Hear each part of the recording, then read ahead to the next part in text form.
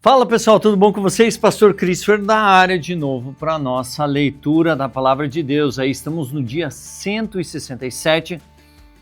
Ontem eu postei um vídeo, junto com a leitura, eu postei um vídeo mostrando uma tabela, que é essa tabela aqui, ó.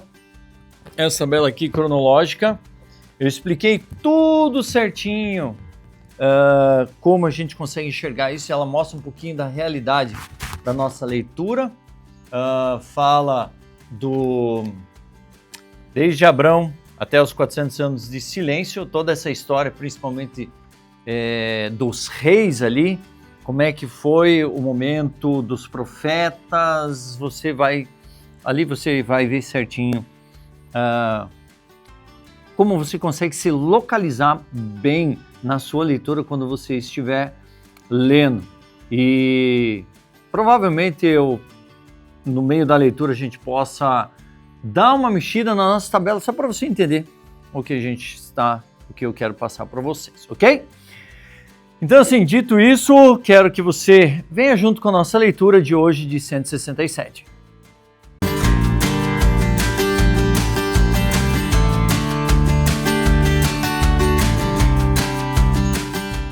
Aqui em Curitiba está fazendo frio, já faz um tempo, mas vocês veem, eu sempre estou de camiseta, claro, porque aqui eu estou com o meu aquecedor, então o ambiente aqui ele é aquecido. No verão eu sofri bastante, porque como esquenta e a gente não tem ar-condicionado aqui nessa área, então fica complicado, mas a gente fez a leitura da maneira com que a gente pôde, suando, mas no inverno aqui é mais tranquilo, então dá para usar uma camiseta, dá para ficar bem tranquilo aqui para a nossa leitura, ok?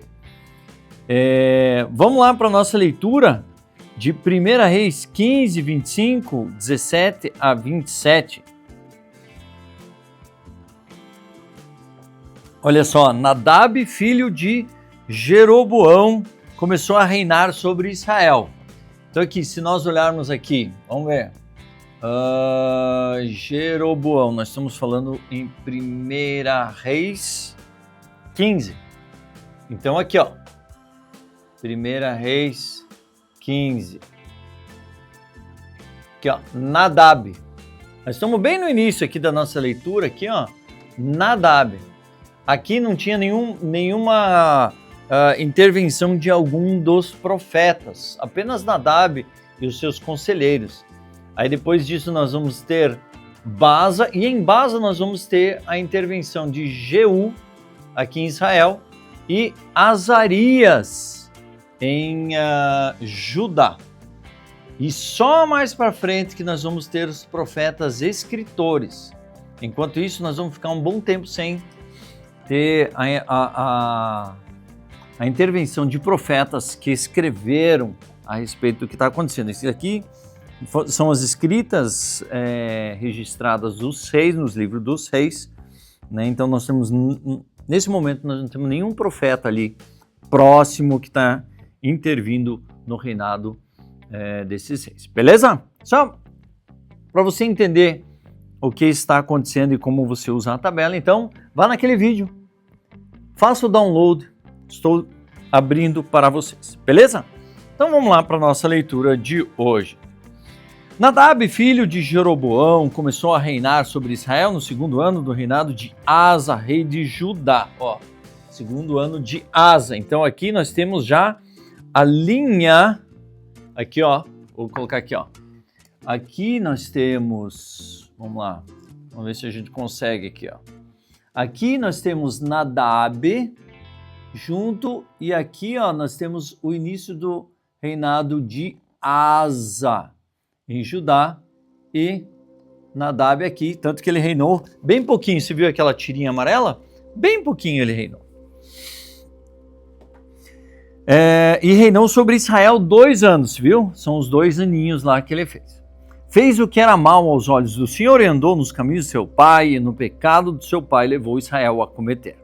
Baza, filho de Aías, da casa de Issacar, conspirou contra ele e matou em Gibeton, que era dos filisteus, quando Nadab e todo Israel cercaram Gibeton.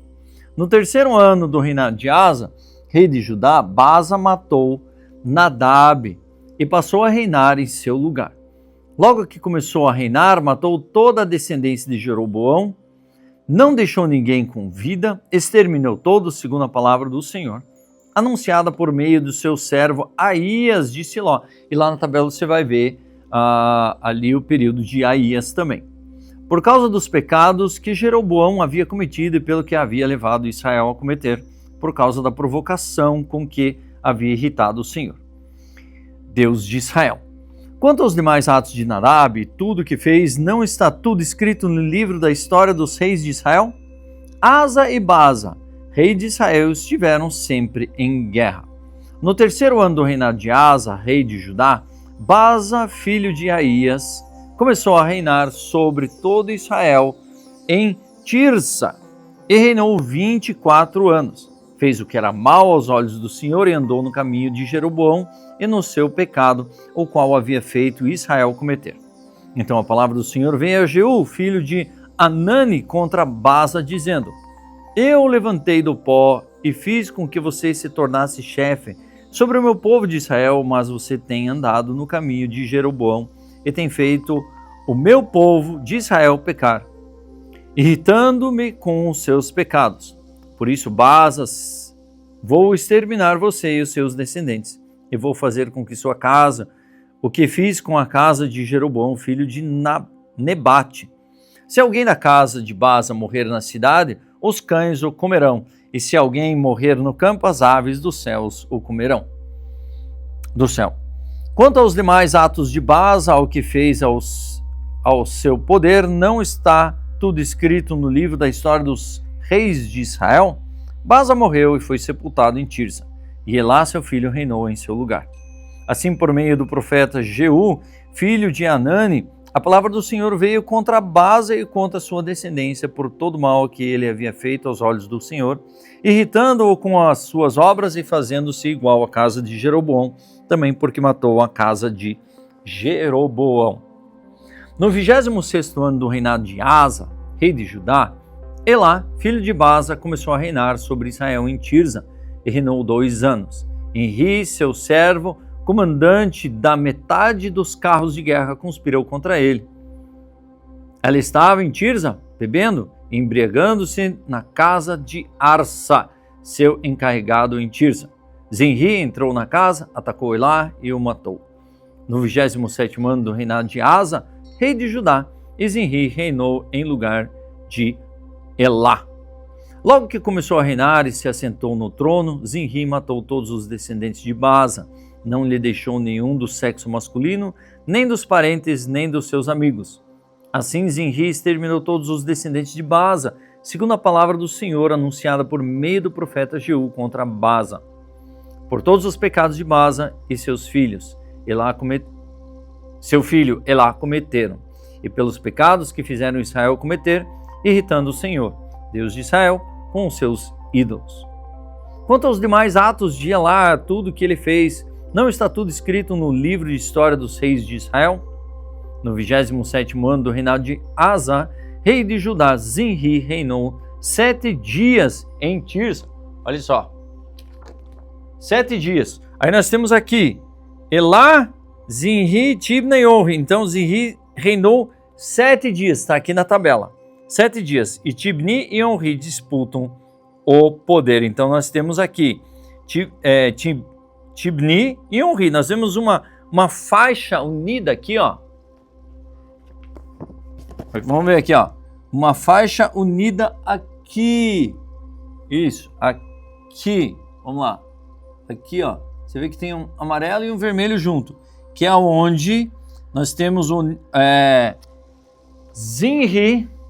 Tibni e Onri disputando o poder. E quem saiu ganhando foi Onri. É o que nós vamos ver aqui. Ok? Ó. No versículo 15, no 27º ano do reinado de Asa, rei de Judá, Zinri reinou por 7 dias em Tirsa. O povo estava acampado em Gibeton, cidade que pertencia aos filisteus.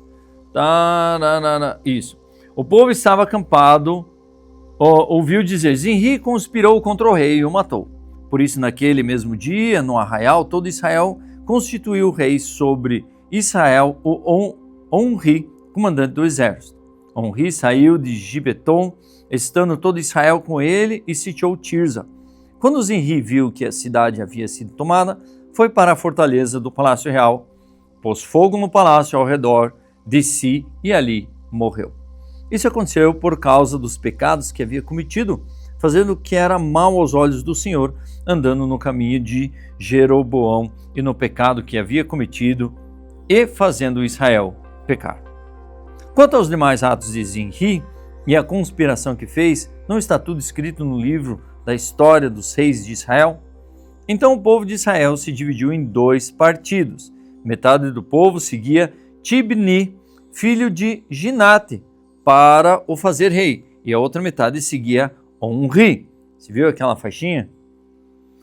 Mas o povo que seguia Onri prevaleceu contra o que seguia Tibni, filho de Ginate. Tibni morreu e Onri passou a reinar. No 31º ano do reinado de Asa, 31º ano de Asa. Enquanto isso, Asa estava reinando sobre Judá, rei de Judá. Onri começou a reinar sobre Israel e reinou 12 anos. Em Tirza, reinou 6 anos.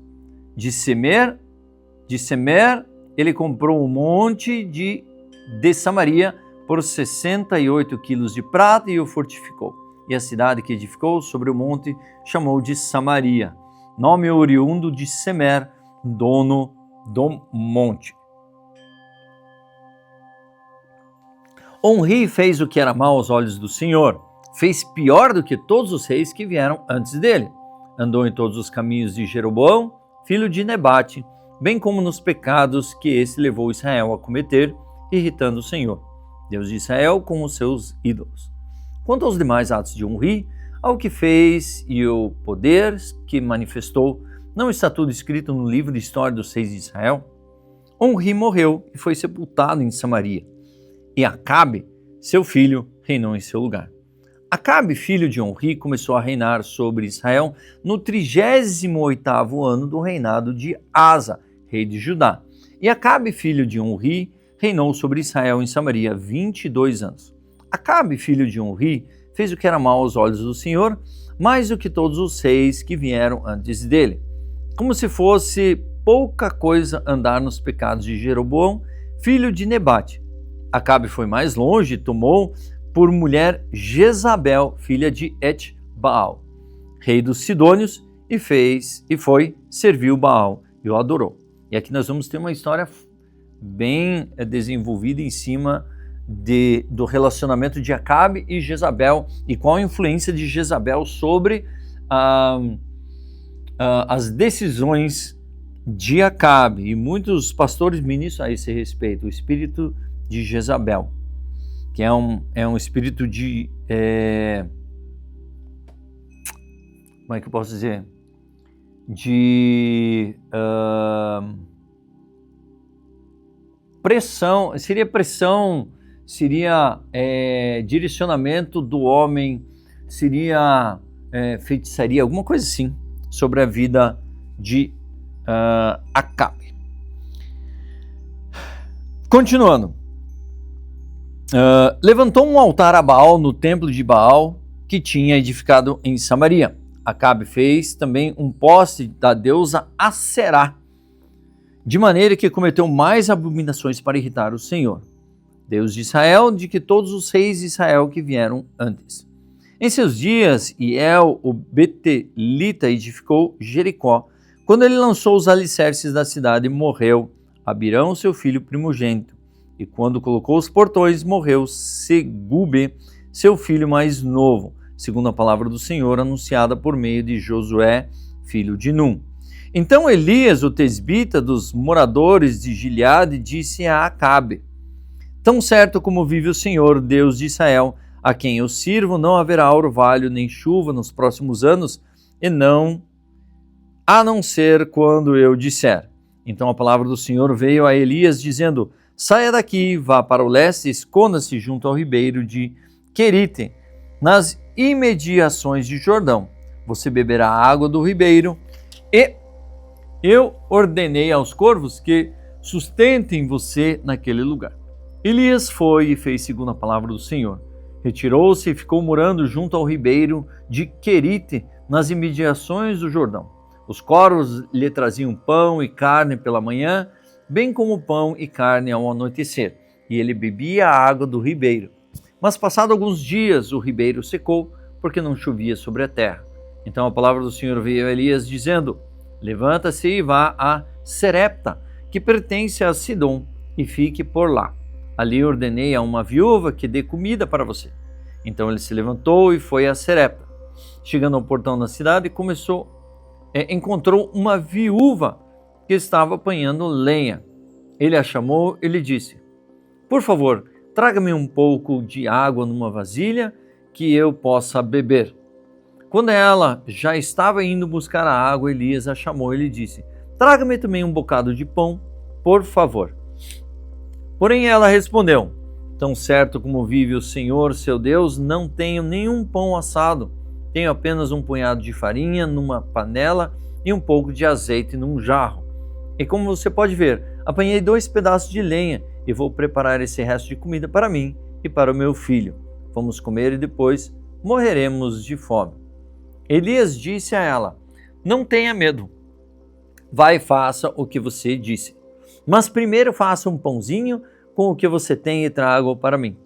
Depois prepare o resto para você e para o seu filho. Porque assim diz o Senhor, Deus de Israel: a farinha da panela não acabará e o azeite do jarro não faltará, até o dia em que o Senhor fizer chover sobre a terra. A viúva foi e fez segundo a palavra de Elias. Assim comeram ela e sua casa durante muitos dias. A farinha da panela não acabou, e o azeite do jarro não faltou, segundo a palavra do Senhor, anunciada por meio de Elias. Depois disso, o filho da mulher dona da casa adoeceu, e a doença dele se agravou tanto que ele morreu. Então a mulher disse a Elias: o que foi que eu fiz a você, homem de Deus? Você veio aqui para trazer à memória a minha iniquidade e matar o meu filho? Elias respondeu: dê-me o seu filho. Ele tomou nos braços dela e o levou para cima ao quarto, onde ele mesmo se hospedava, e o deixou em sua cama. Então clamou ao Senhor e disse: ó Senhor meu Deus, por que afligistes também esta viúva, com que me hospedo, matando o filho dela? E estendendo-se 3 vezes sobre o menino, clamou ao Senhor e disse: ó Senhor meu Deus, peço-te que restituas a vida a este menino. O Senhor atendeu a voz de Elias, e a vida foi restituída ao menino, e ele reviveu. Elias tomou o menino e o levou do quarto até a casa, entregou-o à mãe dele e disse: veja, o seu filho está vivo. Então a mulher disse a Elias: agora sei que você é um homem de Deus e que a palavra do Senhor na sua boca é verdade. E aqui começa aqui é o início, aqui nós vemos aqui Acabe, e aí começa o início do ministério de Elias aqui, né, que Elias acaba sendo usado para confrontar Acabe. E também Elias acaba ficando com medo de Jezabel. Agora vamos para Atos 10, 24, 48. No dia seguinte, Pedro chegou a Cesareia. Cornélio estava esperando por eles, tendo reunidos os seus parentes e amigos mais íntimos. Quando Pedro estava por entrar, Cornélio foi ao seu encontro e, prostrando-se aos pés dele, o adorou. Mas Pedro levantou dizendo: levanta-se, porque eu também sou apenas um homem. E isso é legal para todo pastor e é um alerta para todo líder e todo pastor. Gente, nós fomos chamados para servir a igreja, para servir os ministérios, para ir para as missões, proclamar. Nós não fomos chamados para ser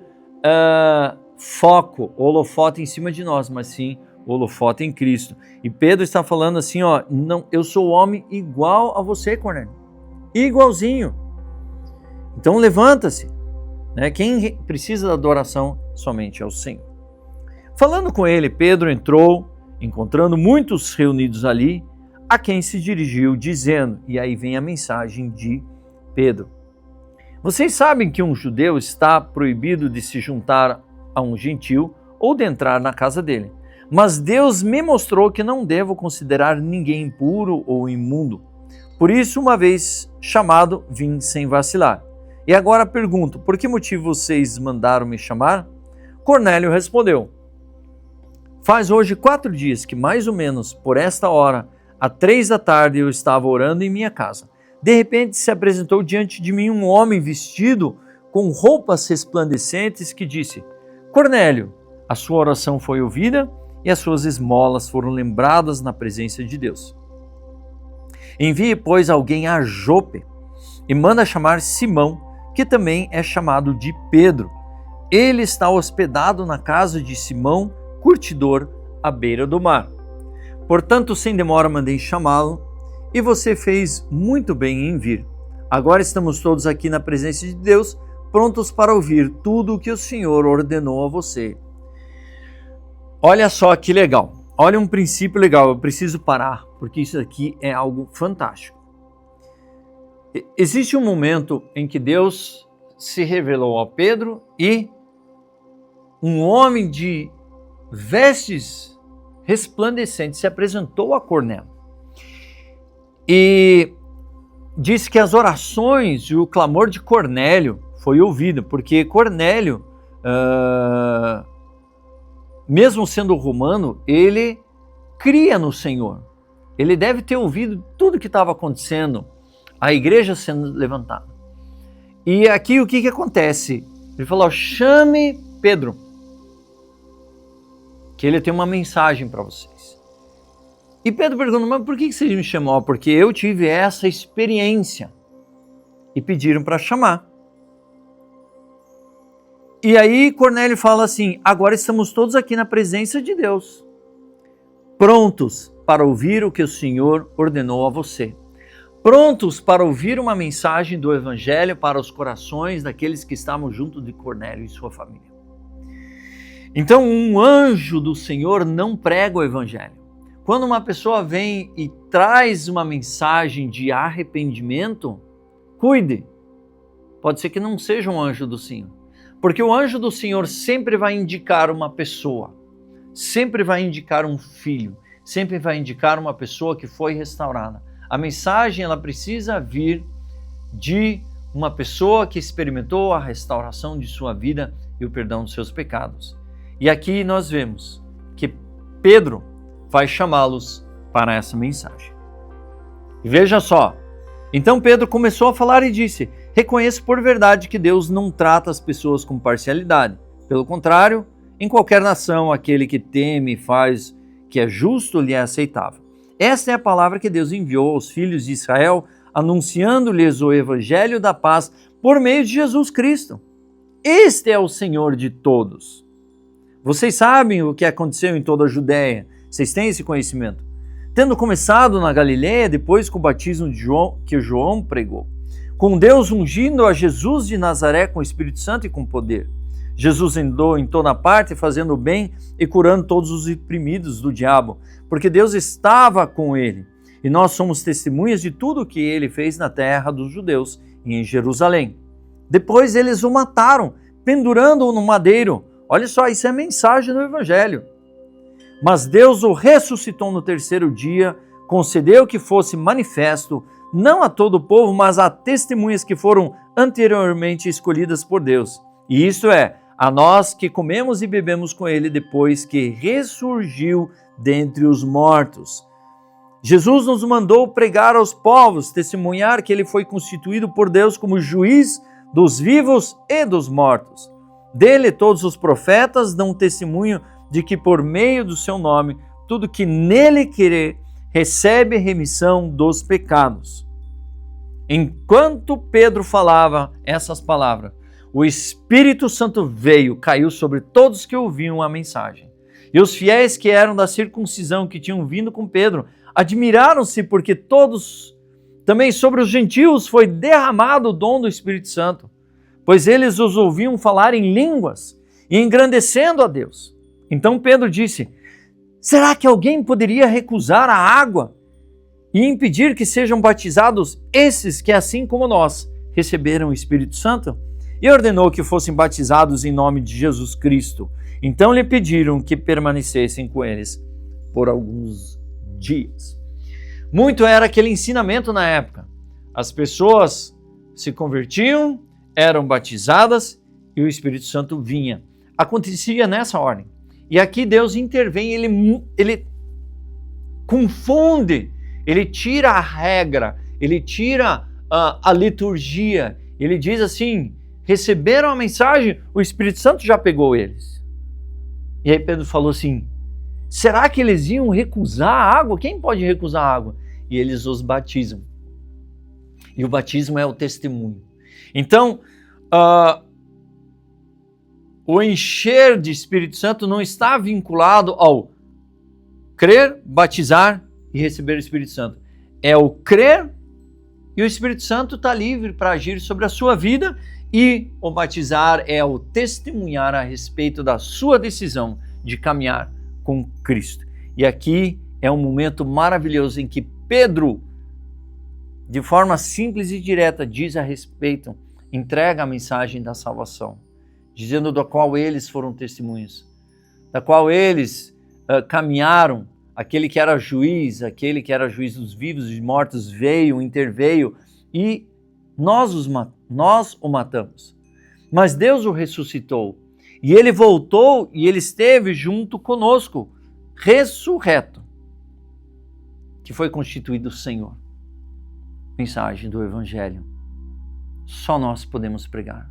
Só nós, os vivos, restaurados em Cristo, temos essa premissa da mensagem do Evangelho para as pessoas, não os anjos, não demônios. Ninguém pode. Por isso, se tiver alguma seita que diz, um anjo veio falar coisas novas, cuidado, porque aquilo que foi escrito é suficiente para nós não precisamos mais de nada.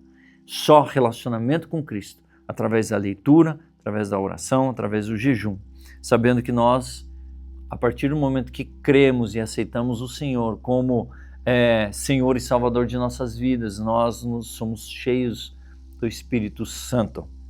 Amém? Salmo 134, 1, 3. Sim, desculpa eu parar e pregar, porque isso queima no meu coração. Queima no meu coração e eu preciso compartilhar isso. Salmo 134, 1, 3. Bendiga o Senhor, todos vocês, servos do Senhor, que se encontram na casa do Senhor nas horas da noite.